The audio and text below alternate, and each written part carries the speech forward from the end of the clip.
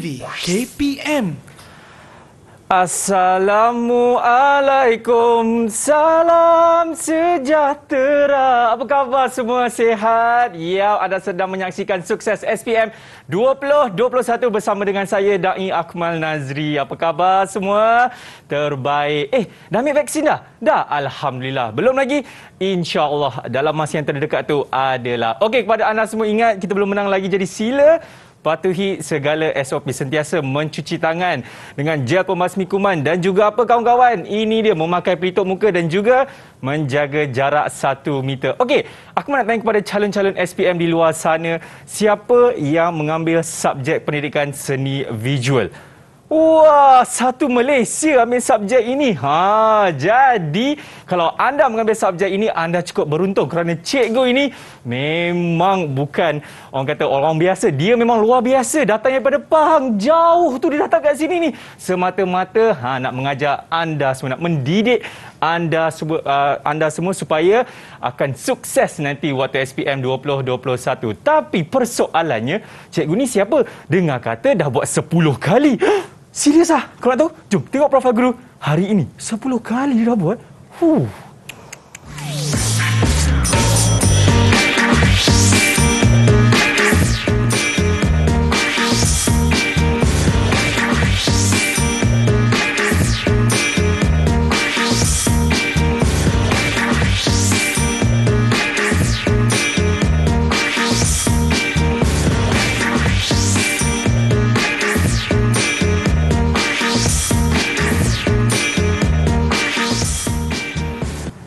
Sungguh manis senyuman itu. Siapakah cikgu itu? Ini dia Cikgu Juraiti. Assalamualaikum, cikgu.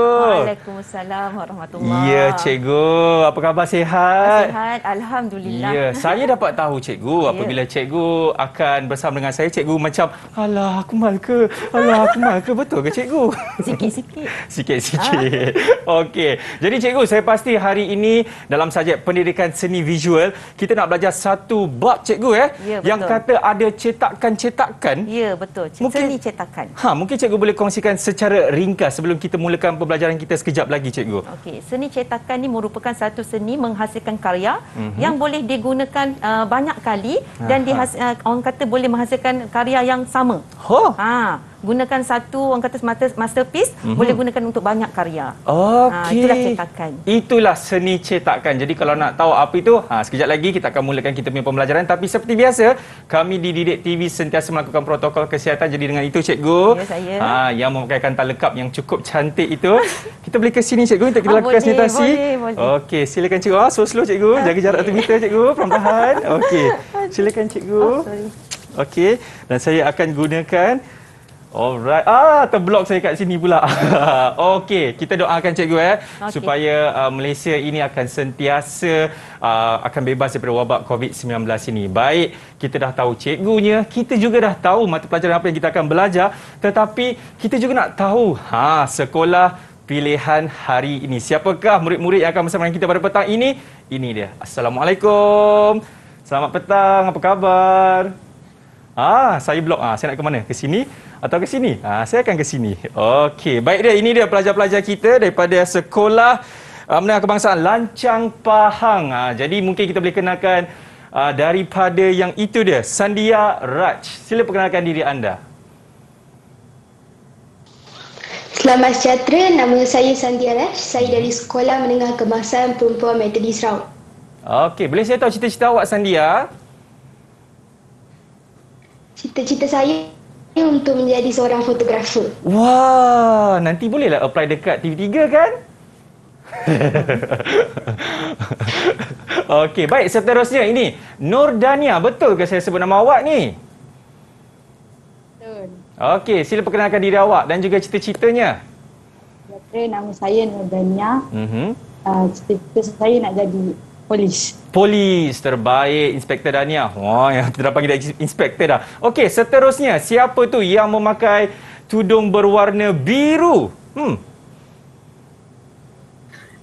Selamat sejahtera, nama saya Puteri Siti Umizati binti Syed Ismail. Saya dari Sekolah Menengah Kebangsaan Perempuan Kapar, Selangor. Okey, cita-cita awak? Cita-cita saya nak jadi accountant. Accountant. Alhamdulillah, insyaAllah satu hari nanti pasti akan berjaya juga. Okey, tadi saya dah sebut warna apa tadi cikgu? Biru kan? Ternyata warna kelabu yang sekarang ini kita tak tahu. Tudung warna biru pula. Ini biru kan? Ke kelabu? Biru. Selamat sejahtera, nama saya Raja Anis Najiha dari Sekolah Menengah Kebangsaan Perempuan Kapar, Selangor. Cita-cita awak boleh saya tahu apa dia? Cita-cita saya nak jadi pelukis. Nak jadi pelukis, terbaik. Okey, seterusnya yang dekat atas kepala dia ada kipas tu. Muhaimin. Muhaimin ya? Assalamualaikum dan salam sejahtera. Saya Muhammad Muhaimin bin Muhammad Jafri dan saya bersekolah di Sekolah Menengah Kebangsaan Pendang, Kedah.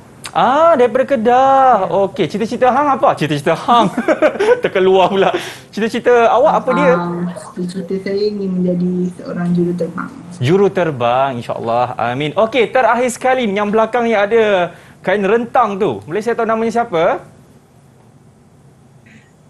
Salam sejahtera dan selamat petang. Nama saya Jeremy Joswazan, anak lelaki Kochin Meng, bersekolah di Sekolah Menengah Kebangsaan Rompin Permai, Kuala Lumpur. Okey. Cita-citanya boleh saya tahu, Jeremy? Saya nak jadi seorang guru. Seorang guru. Amin. Okey, ini dia antara pelajar-pelajar, murid-murid yang akan bersama dengan kita pada petang ini untuk subjek pendidikan seni visual. Pada anda semua jangan ke mana, selepas ini kita akan mulakan pembelajaran kita dalam Sukses SPM 2021.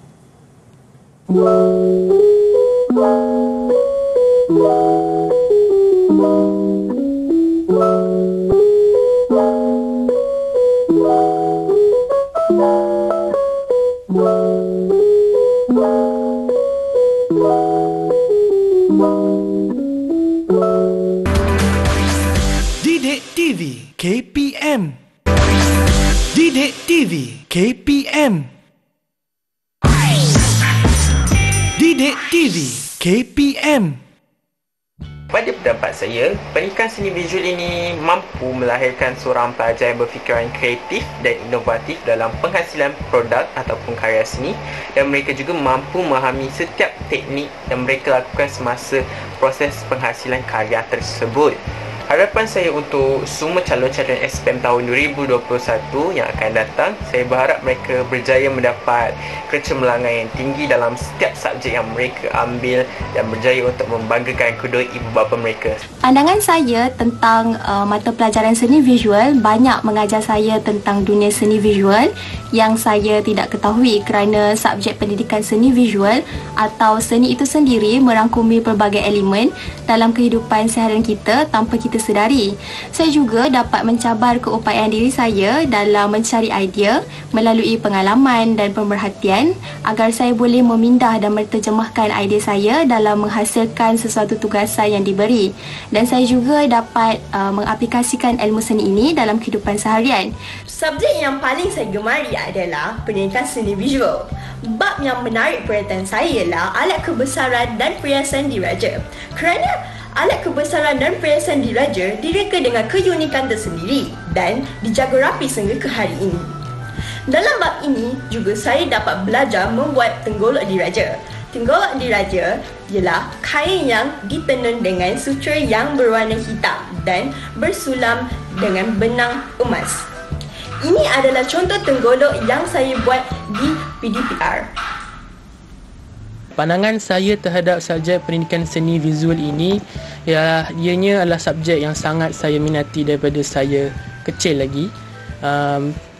Ianya memberikan saya suatu seronok untuk diterokai. 2 tahun saya belajar PhD dengan Cikgu Ruzaini. Ia selalu memberi tunjuk ajar, membimbing, mendorong dalam subjek visual ini, dalam subjek seni visual ini. Didik TV KPM. Seni cetakan abad 14 sampai ke 19. Saya pun tertanya-tanya juga, apa ini seni cetakan pada abad 14 sampai ke 19? Cikgu, sebelum kita mulakan pembelajaran kita, mungkin cikgu boleh kongsikan serba sedikit, cikgu. Apa sebenarnya seni cetakan itu, cikgu, pada abad ke-14 sehingga abad ke-19, cikgu? Okey, baiklah Akmal. Okey, Assalamualaikum, selamat sejahtera pada anak-anak murid yang di luar sana. Okey, hari ini cikgu akan ceritakan sedikit tentang seni cetakan. Baik. Okey, yang di sebelah Akmal itu adalah mind mapping ataupun ringkasan dari apa yang kita nak belajar pada hari ini. Sebab tu Akmal nampak seni cetakan abad ke-14 sehingga abad ke-19. Sebenarnya yang kita belajar di hari ini adalah proses bagaimana seni cetakan itu, sejarah sehinggalah ke hari ini tertubuhnya seni cetakan itu. Yang kita belajar hari ini seni cetakan barat. Sebab tu ada ke-14 sehinggalah ke abad ke-19. Itulah dia, cikgu. Betul. Sejarah secara ringkasnya mengenai seni cetakan. Jadi cikgu, saya rasa ramai murid-murid yang mengambil subjek pendidikan seni visual ini dah tak sabar, cikgu, untuk kita belajar seni cetakan. Jadi tanpa membuang masa lagi, ayo kita mulakan. Bismillahirrahmanirrahim. Cikgu, dipersilakan. Okey, terima kasih Akmal. Sama-sama. Okey, hari ini pengenalan dulu. Terlebih dahulu cikgu ceritakan sedikit tentang standard kandungan yang kita akan pelajari pada hari ini, iaitu pemahaman terhadap konsep, eksplorasi dalam aplikasi pengetahuan, kemudian menzahirkan idea dan konsep, dan seterusnya penghayatan terhadap hasil karya seni cetakan. Okey, yang di sebelah ni, kalau tengok skrin yang cikgu paparkan ini adalah turutan daripada abad ke-14 sehinggalah abad ke-19. Okey, dengan tidak melengahkan masa, cikgu ceritakan dulu sejarah dia, Akmal, ya. Baik, silakan cikgu. Cetakan bermula daripada cetakan monoblok. Cetakan monoblok yang mana dihasilkan menggunakan kayu buatan tangan. Buatan tangan. Cetakan blok menggunakan hasil tangan. Yang mana dihasilkan dalam bentuk hitam dan putih, black and white. Tujuan dia mencetak bahan pendidikan. Pada zaman dulu, abad ke-14, cetakan inilah yang digunakan sebagai alat untuk mencetak pendidikan. Kemudian propaganda, keagamaan dan juga tekstil. Siapa tahu tekstil itu apa? Cikgu tanya saya atau murid-murid? Anak murid boleh, Akmal pun boleh. Iya, jadi dengan itu kita lepaskan kepada anak murid, cikgu. Okey. Betul. Okey, apa itu tekstil? Mungkin Sandia boleh jawab? Tu Jeremy, dia dah angkat kertas hijau tu. Okey, boleh Jeremy, silakan Jeremy. Saya rasa tekstil ni adalah macam fabrik atau kain. Betul ke, cikgu? Okey, betul Jeremy. Bagus, betul. Tekstil ni yang berkaitan dengan fabrik ataupun kain. Maksudnya pada zaman dulu untuk mencetak pakaian, nak menghasilkan corak-corak yang menarik, mereka menggunakan seni cetakan. Masa tu belum ada batik canting apa semua kan. Jadi mereka menggunakan seni cetakan untuk menghasilkan corak pada pakaian. Okey. Seterusnya, kita pergi abad ke-14. Tadi persepsi saja, pengetahuan yang kita perlu tahu sahaja. Kita masuk pada abad ke-14. Pada abad ke-14 dikatakan seni ini wujud di Eropah sebelum 1400. Lama dah, Akmal. Betul. Tapi namun begitu, satu rekaan tekstil ini dicetak secara manual, hand printed, menggunakan blok kayu di China pada abad ke-9, telah ditemui di Eropah pada abad ke-13. Maksudnya cetakan ni memang dah lama lah. Dah lama. Kat sini ada sedikit info yang cikgu nak cakap. Mesin cetak pertama telah dicipta oleh Johannes Gutenberg sekitar tahun 1450. Maksud dah lama dah mesin cetak tu dicipta. Seterusnya, tadi abad ke-14. Yang ini cikgu nak sebut tentang abad ke-15. Abad ke-15 dikenali sebagai era gaya Renaissance. Kalau murid-murid dah belajar tajuk sebelum ni, seni cetakan pun ada aliran Renaissance. Ada aliran Renaissance yang mana pada era ini bidang seni cetakan telah mencapai zaman kemuncaknya. Seni cetakan kayu yang awal di Eropah dihasilkan dalam bentuk kad permainan. Zaman abad ke-15 ni mereka menggunakan cetakan untuk menghasilkan kad permainan. Selain daripada kad permainan, mereka juga mencipta kalender dan juga karya yang berimej ataupun berunsurkan keagamaan. Itulah yang dilakukan pada zaman tersebutlah. Seterusnya, yang ini adalah contoh karya pada abad ke-15. Okey, kalau murid-murid kat rumah boleh buka buku teks lah untuk imej yang lebih jelas. Okey, kemudian yang ni cikgu nak ceritakan sedikit. Yang ini merupakan koleksi Dukes of Bavaria. Okey, yang digunakan pada tahun 1430 menggunakan cetakan kayu. Ada tak anak-anak murid nak bagi sedikit persepsi apa yang kamu lihat pada imej yang kedua? Gambar apa tu? Motif apa yang digunakan untuk seni cetakan tersebut? Siapa nak jawab yang kat tangan? Siapa tu? Okey, Muhaimin. Dia menggunakan motif fauna iaitu gambar burung. Ya, betul. Okey, kalau kita lihat ya Akmal, anak-anak murid di rumah, kalau kita lihat motif yang ditonjolkan pada aliran ini adalah motif fauna, yang mana burung, ada rusa, okey, yang mana yang ada pada persekitarannya pada masa itu. Okey, motif-motif tersebutlah yang digunakan untuk menghasilkan karya seni cetakan. Okey, seterusnya yang ini, okey, yang ini adalah karya Albert Dürer. Okey, murid-murid memang akan dengarlah perkataan Albert Dürer ni. Kalau kita kenal dengan tokoh Albert Dürer ni, kalau kita kaji, Albert Dürer ni seorang tokoh yang sangat suka pada haiwan. Okey. Karya-karya dia, karya seni dia berunsurkan fauna. Okey, ini adalah salah satu contoh dia lah. Okey, siapa yang dapat tahu, siapa yang nampak kat sini motif apa? Kalau tadi motif burung, gambar Albert Dürer ni motif apa? Siapa tahu? Raja. Ya, Raja Anis Najihah. Silakan. Okey, Raja, silakan. Peperangan tu cikgu, sebab ada kuda dengan orang yang pegang senjata. Betul. Okey, betul. Terima kasih Raja. Okey, bagus. Okey, sini cikgu nak terangkan sedikitlah. Okey. Pada zaman tu tadi cikgu dah ceritakan sejarah seni cetakan, dia ada sebut tentang keagamaan dan sebagainya kan. Ada juga dia unsurkan tentang peperangan. Okey, yang mana kalau karya Albert Dürer ni ada juga haiwan yang letak kat sini iaitu kuda. Okey, ada kuda ada gambar kuda, dan situasi yang digambarkan adalah situasi peperangan. Okey, kalau kita tengok sejarah catan, sejarah cetakan sama juga. Dia akan menggambarkan pada situasi pada keadaan sebenar pada zaman itu. Okey, seterusnya. Okey, ini tadi kita tengok karya. Betul ya? Kita kenal dengan tokoh Albert Dürer. Okey, kita kenal dengan karya-karya, motif karya yang berunsurkan fauna. Sekarang kita nak kenal tokoh pula. Okey, kita nak kenal tokoh. Ini tokoh abad ke-15. Okey, yang pertama adalah Erhard Rathdot. Okey, yang mana dia ni dilahirkan pada tahun 1442, okey, di Augsburg, Jerman. Okey, selain kita kena kenal tokoh kita, dalam soalan selalu keluar tokoh dan juga dia punya karya dia. Apa karya yang dihasilkan oleh tokoh tersebut? Okey, Erhard Rathdot ni dia terkenal dengan rekaan tipografi. Kalau soalan keluar, tips sedikit ya. Kalau soalan keluar tentang seni cetakan tipografi, maka kamu kena ingat satu je perkataan, iaitu Erhard Rathdot.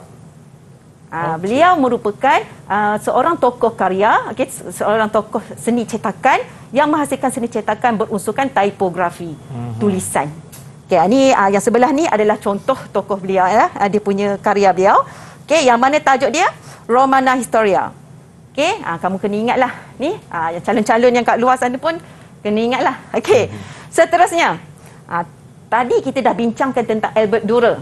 Kita dah bincangkan tentang Albert Dürer yang merupakan motif-motifnya berunsurkan fauna. Yang ini kita terangkan pula dari mana asalnya Albert Dürer tu. Okey, Albert Dürer tu dilahirkan pada tahun 1471 di Nuremberg, Jerman. Okey, mahir dalam seni cetakan dan juga catan. Maksudnya Albert Dürer ni bukan sekadar namanya di dalam seni cetakan sahaja. Dalam seni catan pun ada Albert Dürer hasilkan karya. Okey. Albert Dürer ni terkenal dengan siri cetakan gurisan asid. Poin penting kat situ kena ingat Albert Dürer dia mahir dalam gurisan apa, Akmal? Gurisan asid. Ya, gurisan asid. Okey. Jadi cikgu ada sesiapa tahu tak? Okey, siapa tahu apakah yang dikatakan dengan gurisan asid? Siapa tahu? Siapa nak jawab? Boleh angkat tangan. Okey, Sandia. Sandia. Okey, Sandia.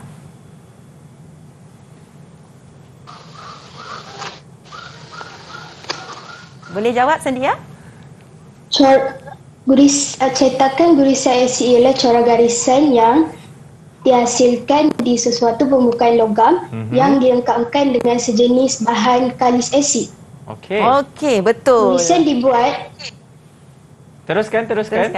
Tulisan dibuat dengan jarum di atas permukaan logam. Okey. Lah, itu saja? Yang menggunakan untuk menghasilkan cetakan jarum ini. Okey, betul, panjang jawapannya. Ya. Maka cikgu pendek kat sini. Gurusan tu adalah satu teknik menggunakan permukaan logam. Itulah hasilnya cetakan logam. Okey, seterusnya tadi kita dah kenal dengan Albert Dürer. Tokoh yang berikutnya, okey, sebelum tu cikgu takut terlupa untuk bidang tingkatan 4 ni, seni cetakan kita akan kenal dengan tokoh-tokoh. Maka kena ingatlah nama-nama dan contoh-contoh karya yang dihasilkan oleh tokoh-tokoh tersebut.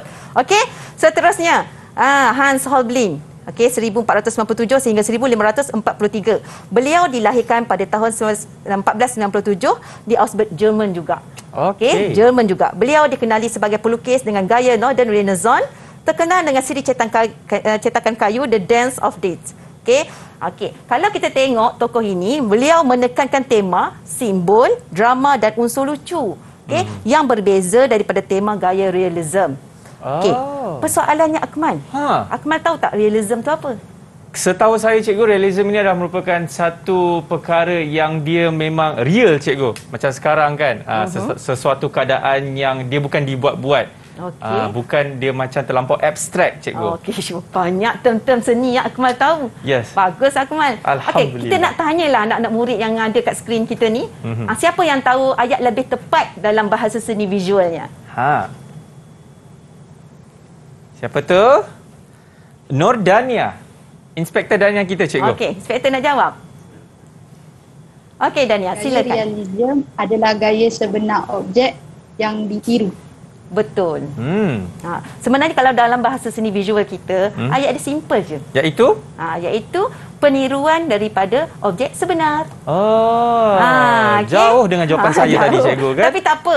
Semasa Akmal menceritakan tu, Akmal menggunakan term-term dalam bahasa seni visual. Tu bagus. Okey, seterusnya kita pergi kepada abad ke-16. Abad ke-16 ni merupakan seni cetakan kayu.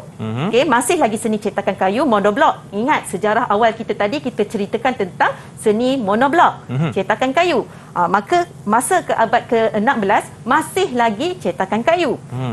Yang mana pada masa itu tema dia adalah tema geometri. Dia gunakan tema-tema geometri, blok-blok. Kemudian jenis ataupun teknik cetakan dia adalah cetakan intaglio dan juga menggunakan pelabuhan Antwerp. Pelabuhan ni tempat yang diorang berjual beli untuk seni cetakan lah. Okey, sebelum itu cikgu baca sedikit. Terdapat imej cetakan yang dijual di bandar pelabuhan. Kemudian cetakan tersebut dibawa oleh pedagang dan pengembara datang ke bandar tersebut. Maksudnya pada abad ke-16 ni dah mula ada sistem jual beli untuk karya seni cetakan. Bukan kita belajar, kita buat saja-saja. Kalau kita belajar sekarangnya dalam dalam KSSM sekarang ya, kita menekankan pelajar-pelajar kita menghasilkan karya, menghasilkan karya yang berbentuk designomik. Ayatnya designomik. Maksudnya kita menghasilkan sesuatu karya bukan sekadar untuk menilai nilai estetika dia. Kita boleh jual produk itu. Karya yang kita hasil itu kita boleh jual. Seterusnya, cikgu sambung lagi Tadi cikgu ada sebut tentang perkataan cetakan intaglio. Jadi kalau kita sekadar bercerita, tak tunjuk, tak nampak apakah imej intaglio, kita takkan faham. Maka bila ada soalan keluar tentang perkataan intaglio, kita tak boleh nak jawab. Betul? Ada yang tahu ke? Muhaimin tahu intaglio tu apa? Adakah dia ada kena mengenai dengan aglio olio, cikgu? Tak ada. Spaghetti aglio pun tak ada. Okey, seterusnya ini adalah seni cetakan aglio yang mana menggunakan teknik cetakan benaman. Cetakan benaman. Maksudnya kita guris. Kalau perhatikan, boleh perhatikan kat sebelah cikgu ni, cikgu ada beberapa artwork yang cikgu bawa Cikgu boleh angkat, cikgu? Yang mana satu intaglio kat situ? Ni yang warna hijau ni, cikgu tak boleh angkat, takut dia jatuh, Akmal. Okey. Itu dia. Yang warna hijau ni adalah cetakan lino. Menggunakan teknik yang sama, kita guriskan. Dia ada alat dia. Nampak? Okey. Itu adalah cetakan intaglio lah. Tapi kita menggunakan material dia ataupun medium dia adalah kepingan lino. Okey. Nanti lepas ni kita tengoklah, kita boleh research lah. Yang mana lino ni sifat dia macam getah je. Oh, okey. Dia macam getah saja, kemudian kita lakarkan ke atas dia dan kita guriskan dia, buang bahagian yang kita tak nak. Kemudian kita letak tapi memang interesting lah. Letak dan kita akan tampal. Sebab tu cikgu sebut tadi pada awalnya, seni cetakan itulah adalah seni menghasilkan karya yang boleh dicetak berulang-ulang kali. Okey, menarik tak Akmal? Yes. Saya pertama kali saya dengar cikgu cetakan intaglio itu. Mesti kamu ingat makanan kan? Seterusnya cikgu. Okey, cikgu teruskan ya. Ini adalah Cornelius Matisse, okey, yang mana dilahirkan pada tahun 1508 dan contoh karya cetakan beliau adalah Four Blind Peasants. Okey, siapa nak jawab ni? Cikgu rasa ada yang nak tanya cikgu lah, Akmal. Ada yang nak tanya tentang tema lukisan ni. Siapa nak jawab? Siapa itu? Okey. Muhaimin lagi. Silakan. Tema lukisan tersebut tentang orang yang hilang penglihatan. Betul ke cikgu? Orang yang? Okey. Boleh cakap lagi sekali? Orang yang hilang penglihatan. Orang yang hilang penglihatan, cikgu. Ya, betul. Ceritanya tentang 4 orang yang hilang penglihatan. Tengok yang duduk kat depan tu pun tak ada kurang penglihatan ataupun tak nampak. Yang belakang dia pun 3 orang tu pun tak nampak. Itu cerita dia. Okey. Ini pada abad ke 16. Kau cikgu nak sambung lagi ke? Ya. Boleh cikgu. Okey. Cikgu sambungkan lagi dengan tokoh karya kita yang seterusnya adalah Hans Collard. Okey, yang mana dilahirkan pada tahun 1525. Okey, merupakan pelukis yang mahir dalam cetakan gurisan. Okey, karya cetakan gurisan yang terkenal ialah The Spanish Fury pada 1577. Okey, contoh karya yang lain ialah Life of Saint Francis Monilium. Okey, kalau kita tengok karya dia, dalam seni ni kita ada apresiasi seni. Maksudnya kita menghargai karya tu, kita menerangkan tentang karya itu. Jadi, setiap karya yang dihasilkan itu ada maksud-maksud yang tertentu. Jadi, apakah yang cuba ditonjolkan oleh pelukis dalam karya tersebut? Soalan cikgu. Siapa nak jawab? Jeremy. Silakan.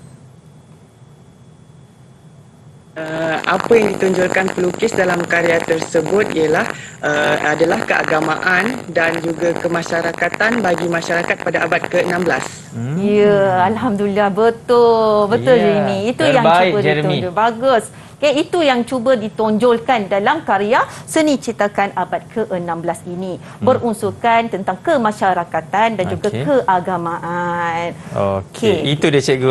Betul, baik, jadi kepada anda kalau nak tahu apa lagi mengenai seni cetakan, kita dah belajar mengenai abad ke-14, 15 dan juga 16. Kalau nak tahu apa lagi abad ke-17 dan seterusnya, kita akan berhenti rehat. Selepas ini kita akan sambung balik dalam Sukses SPM 2021.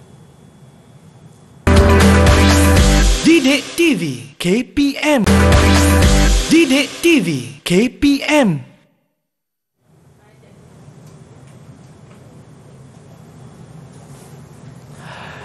Cantiknya, ada cetakan stencil, ada cetakan lino, ada cetakan sutera. Ada cetakan sutera ke cikgu?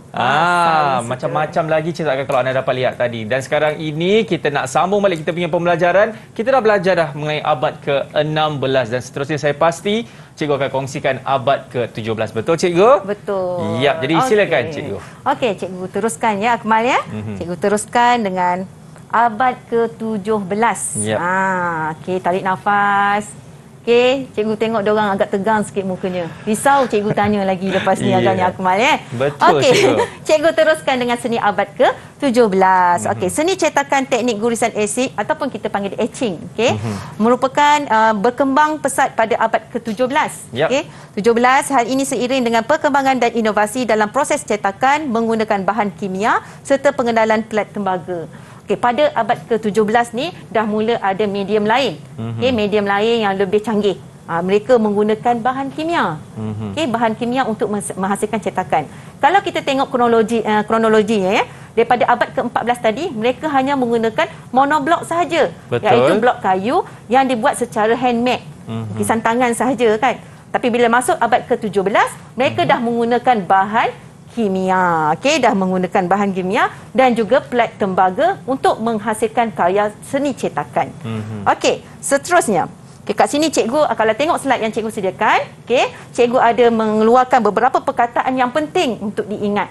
Okay, sebab dalam soalan, biasanya akan keluar perkataan etching, inovasi, bahan kimia dan juga plat tembaga.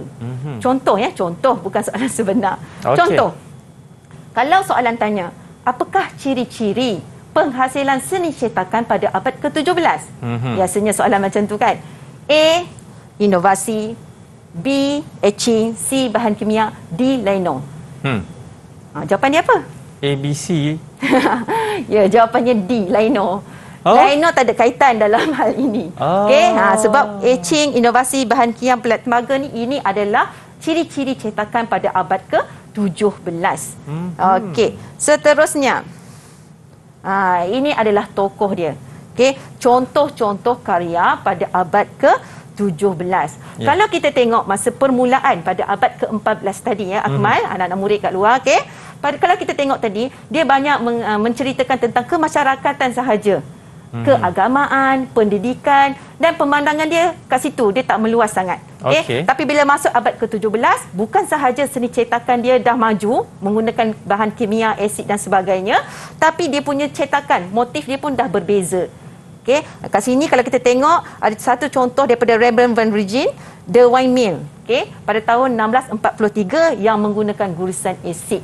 Okey, kalau tak jelas boleh tengok dalam buku teks kamu, okey.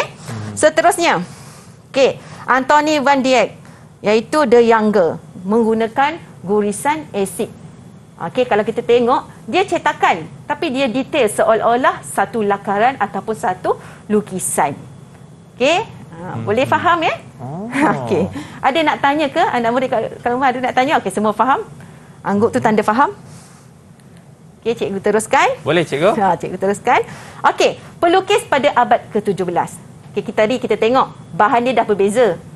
Lepas tu dia punya motif dia pun dah berbeza. Betul. Okey, sekarang kita tengok pelukis. Adakah pelukis yang sama? Lain cikgu. Okey, pelukis dia pun berbeza. Okey, kalau pada tahun abad ke-17 ni, pelukis yang terkenal adalah Jacques Caillot. Okey, Jacques Caillot ni pada 1592 sehingga 1635.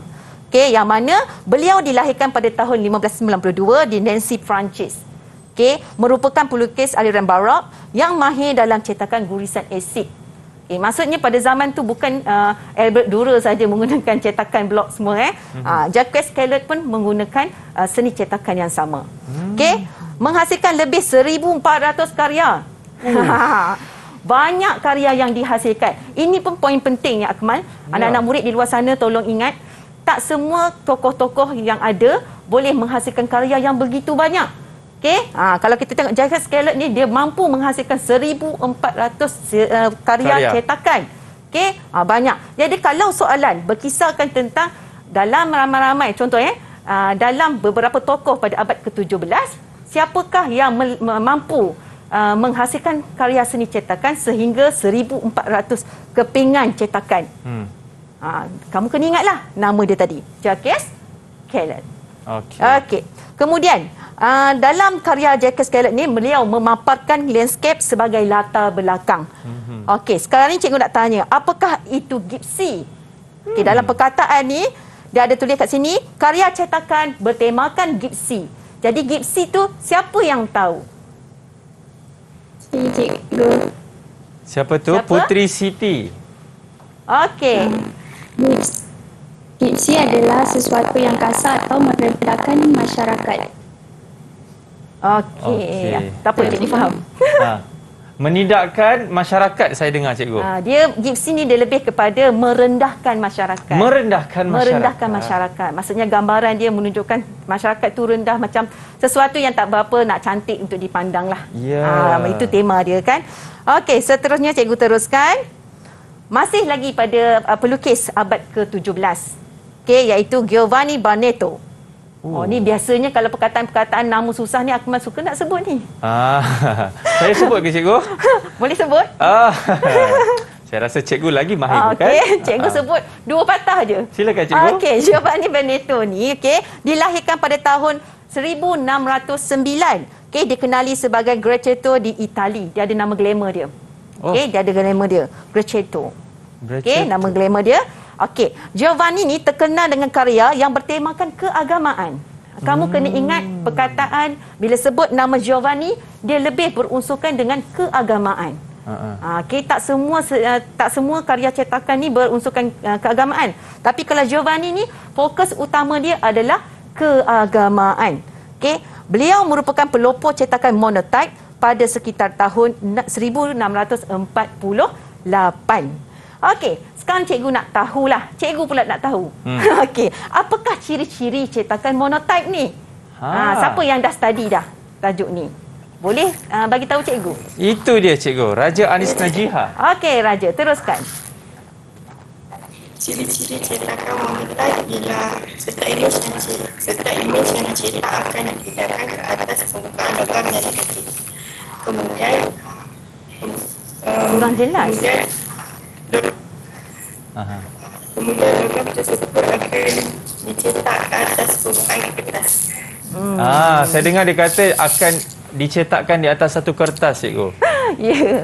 Okey, monotype ni macam itulah. Cetakan yang dicetak di atas sesuatu permukaan, contohnya kertas, monotype. Okey, cetakan semula lah kita kata kan. Mungkin tak jelas, line dia tak berapa nak bagus kan. Okey, kita teruskan abad ke-18 dan 19. Okey, sebelum tu ada sesiapa anak-anak murid cikgu ada nak tanya tak? Apa-apa, ada yang tak faham? Ya. Kalau faham, tunjuk bagus. Faham tak? Okey. Seorang je faham, cikgu. Seorang faham. Yang lain? Okey.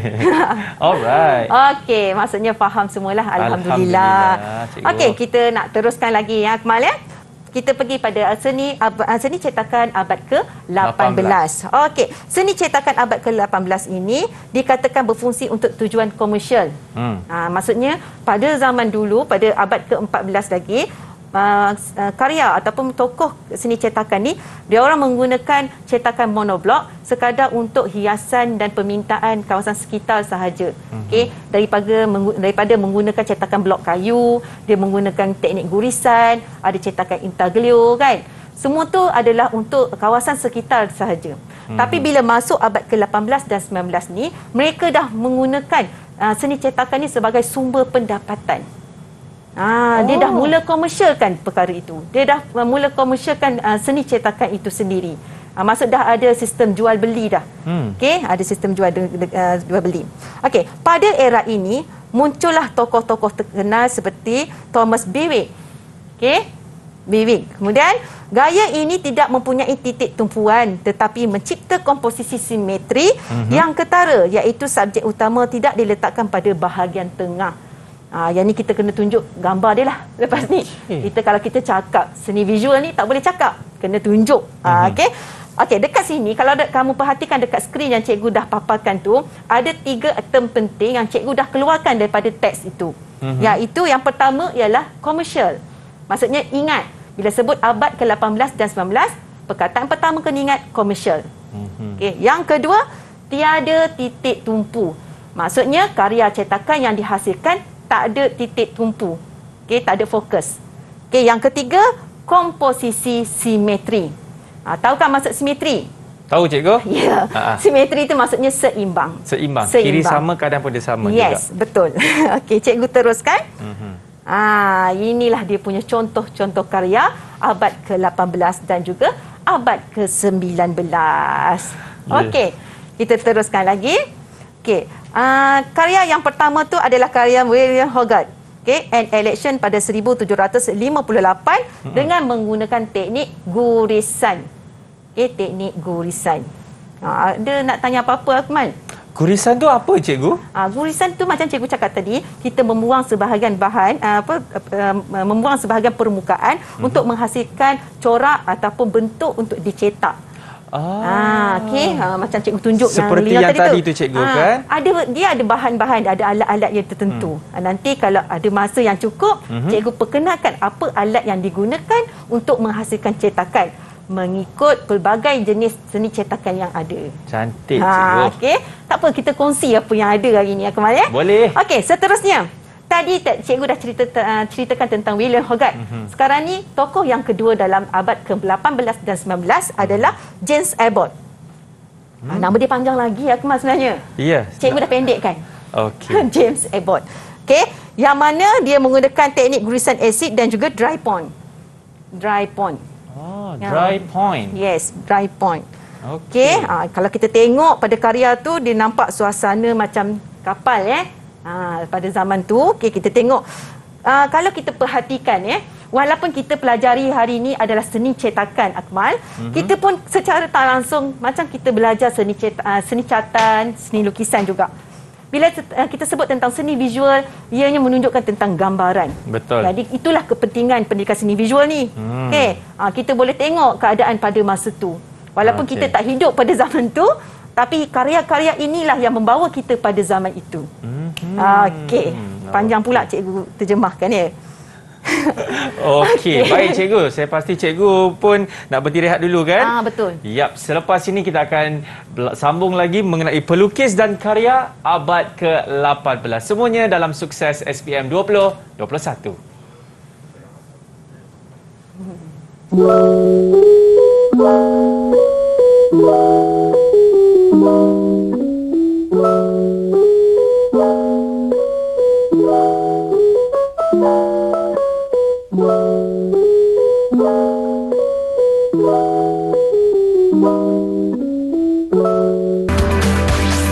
Didik TV KPM. Didik TV KPM. Baik, masih lagi menyaksikan Sukses SPM 2021 bersama dengan saya Akmal Nazir dan juga cikgu kita yang cukup hebat bagi subjek pendidikan seni visual. Tadi kita dah belajar dah serba sedikit mengenai seni cetakan abad ke-14 sehinggalah ke abad 18 dan sekarang ini kita nak mengenali mengenai pelukis dan karya pada abad ke-18 juga cikgu ya. Betul. Iaitu William Hogarth. Silakan cikgu. Okey, cikgu teruskan semula. Terima kasih Akmal. Okey, cikgu teruskan dengan pelukis dan karya abad ke-18. Yang mana yang pertama adalah William Hogarth. Okey, yang mana beliau dilahirkan pada tahun 1697 di London. Okey, di London. Dan beliau mempelajari seni cetakan gurisan daripada Alice Gamble di England. Maksudnya daripada London dia ke England untuk belajar seni cetakan. Masa ni dah maju, dah ada satu pergerakan untuk mempelajari sesuatu jenis seni cetakan. Kalau dulu mereka tertumpu di kalangan mereka sahaja. Okey, pada abad ke-18 ni mereka dah cuba mencari dunia luar, dah mencari guru untuk seni cetakan. Okey, contoh siri karya beliau yang terkenal adalah A Just View of the British Stage pada 1724. Okey, so teruskan. Yang ini adalah Thomas Bewick. Nampak tak motif? Motif apa yang ditonjolkan dekat situ? Ya, seekor haiwan cikgu. Seekor haiwan. Ya. Ya. Ada nak tanya? Okey. Nampak anak-anak murid kat rumah nampak Ya. Okey. Thomas Bewick, ini adalah tokoh karya Thomas Bewick yang bertajuk The Chillingham Bull. Okey, pada 1789 menggunakan gurisan kayu. Wah. Okey, nampak hebat kan? Kalau kita pandang sekali, kita nampak macam lukisan. Betul. Tapi kalau kita telitikan betul-betul, ada perbezaan dengan lukisan dengan cetakan. Nak cikgu terangkan sikit tak? Boleh cikgu. Okay. Dipersilakan. Cikgu terangkan sedikit. Kalau kita tengok sekali imbas, kita nampak kita nampak seni cetakan tu macam seni lukisan. Tapi kalau kita perhatikan sebenar-benarnya, kalau seni lukisan ni biasanya garisan dia kemas. Okey, garisan dia kemas dan tak putus. Tapi kalau seni cetakan dia, garisan dia putus-putus. Sebab kita menggunakan teknik gurisan. Betul. Ingat tak cikgu cakap tadi? Kita potong-potong kan? Dan kita tak boleh dapatkan satu line shape yang cantik. Dia akan putus-putus. Itu perbezaan seni cetakan dengan seni lukisan. Ingat dia. Okey. Itu key point dia cikgu Yes, betul. Sentiasa kena ingat apa perbezaan di antara seni cetakan dan juga seni lukisan. Betul, kadang-kadang dalam seni ni kita terlalu banyak term-term penting yang perlu kita ingat. Jadi kita kena tahu setiap perbezaan. Okey, kalau kita tengok even seni cetakan dengan seni catatan dengan seni lukisan pun ada perbezaan dia. Bukan sekadar daripada efek, daripada media yang digunakan pun ada perbezaan dia. Macam tu juga dengan seni cetakan. Okey, cikgu teruskan lagi. Okey, karya yang seterusnya daripada James Abbott. Okey, karya seterusnya daripada James Abbott yang dilahirkan pada tahun 1834 di Amerika Syarikat. Ya. Okey, yang mana pelukis ini merupakan pelukis aliran Impressionism. Okey, Impressionism yang pernah belajar gurusan asid dengan Mark Charles. Itu cikgu kata, masa masuk abad ke-18 ni, ramai tokoh dah mula mempelajari seni cetakan di luar. Dia tak bergantung lagi pada kreativiti sendiri. Dia dah mula merujuk pada tokoh-tokoh yang lain. Okey, itu kita nak kena ingat. Okey, perkataan itu kita kena ingat. Kalau sebut berguru di tempat lain, itu adalah abad yang ke-18. Okey, sebab abad yang sebelum ni mereka hanya buat apa yang mereka fikirkan sahaja tanpa merujuk mana-mana guru. Okey. Okey, yang ini adalah James Abbott yang dilahirkan pada tahun 1834 di Amerika. Tadi cikgu dah sebut rupanya kan? Yeah. Okey, merupakan pelukis Impressionism yang pernah belajar di Perancis. Okey. Contoh karya cetakan terkenal beliau adalah The Fog. Okey, The Fog. Tapi kalau kita tengok kat sini, tengok dekat skrin yang cikgu sediakan ni. Okey, ini gambar apa ya kalau Akmal nampak? Wine glass, cikgu. Ya, betul, wine glass. Cikgu rasa soalan tu dah bocor sebab dia nampak jawapan cikgu bagi. Ya, di sini cikgu tadi saya nampak the wine glass. Betul, the wine glass. Maksudnya objek dia the wine glass. Okey, Impressionism adalah aliran yang mempunyai ciri-ciri seperti cikgu rasa cikgu dah penat nak terangkan ni. Cikgu nak tanyalah anak murid cikgu, siapa yang tahu ciri-ciri aliran Impressionism? Boleh tolong cikgu? Sandina Raj. Sandia. Silakan. Yang pertama adalah cetakan kecil, minipis dan dapat dilihat serta penekanan pada gambaran terdapat cahaya yang berubah-ubah. Seterusnya, menjadikan pergerakan sebagai unsur penting dalam menghasilkan karya. Okey, tak jelas sangat kan? Cikgu dengar yang apa anak murid cikgu sebutkan tadi? Saya perasanlah beberapa ayat yang betul lah mengenai dengan zaman aliran Impressionism ni. Maksudnya garisan dia ataupun cetakan yang dihasilkan dalam aliran Impressionism ni sifat garisannya halus. Halus. Kalau kita tengoklah contoh yang ada kat sini, contoh wine glass ni. Okey, kalau kita perhatikan dia punya teknik dia, garisan dia terlalu halus sampai kita tak boleh nak bezakan antara sketching dalam kita punya seni lukisan, ataupun dengan tak nampak beza dengan seni cetakan tu. Sebab garisan yang dihasilkan terlalu halus dan detail. Itu adalah ciri-ciri pada aliran Impressionism inilah. Okey. Cikgu dah ada sediakan soalan formatif ni. Agak-agak dah bersedia ke nak jawab tu? Okey, kalau dah bersedia tolong angkat tangan, tunjuk tanda bersedia. Ya. Senyum-senyum. Okey, semua senyum. Okey, good. Okey, maksudnya dah ready lah ni. Okey, jadi cikgu teruskan Akmal. Silakan cikgu. Kita tak banyak masa Akmal kan? Boleh cikgu. Okey, yang pertama soalan cikgu, apakah tema yang menjadi tumpuan pelukis seni cetakan barat sejak awal abad ke-14 hingga abad ke-17? Saya nampak Muhaimin dah angkat tangan cikgu. Muhaimin dah angkat dah? Laju dia angkat tangan. Muhaimin.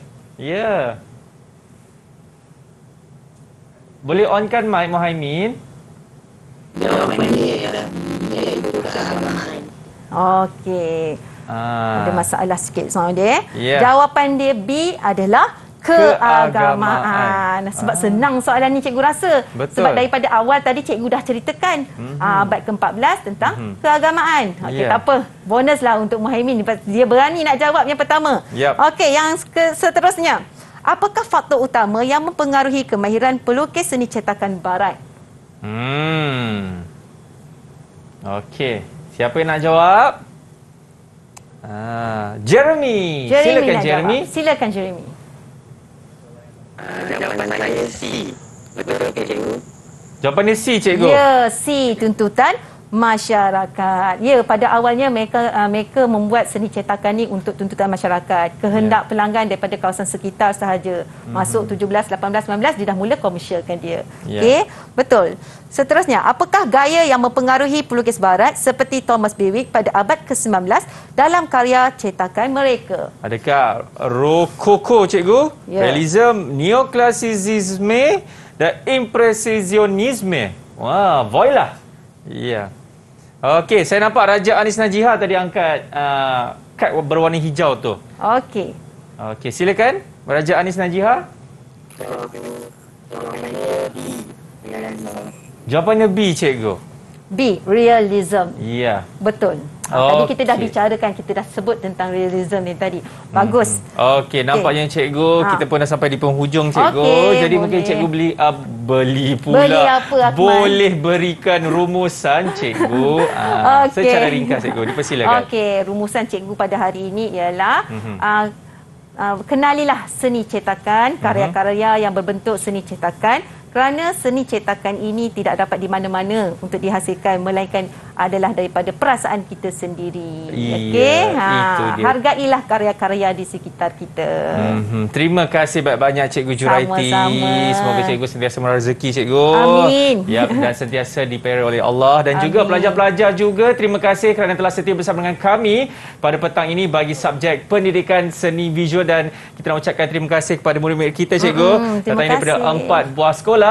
Jadi kalau kepada anda semua nak tahu apa yang kita akan belajar selepas ini adalah bagi subjek landscape dan nursery. Bersama dengan saya Akmal Nazri. Terima kasih banyak. Kita jumpa lagi. Assalamualaikum. Bye-bye.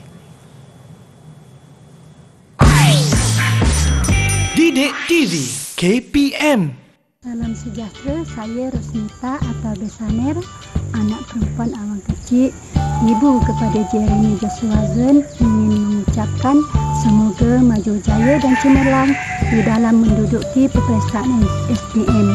Bukan saja kepada anak saya tetapi kepada semua pelajar yang bakal menduduki peperiksaan SPM.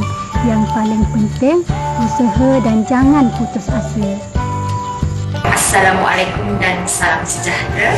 Saya Puan Samsiah binti Bondi, ibu kepada Muhammad Iqbal Hansi, mengambil peluang untuk mengucapkan selamat menduduki peperiksaan SPM kepada anak saya dan calon-calon SPM bersama. Apapun dugaan dan cabaran, teruskan berusaha, jangan mudah berputus asa. Sesuaikan diri dengan pembelajaran rumah baharu, membanyakkan ulang kaji dan jaga adab dengan guru. InsyaAllah, Mami dan keluarga sentiasa mendoakan kejayaan awak dalam peperiksaan SPM nanti.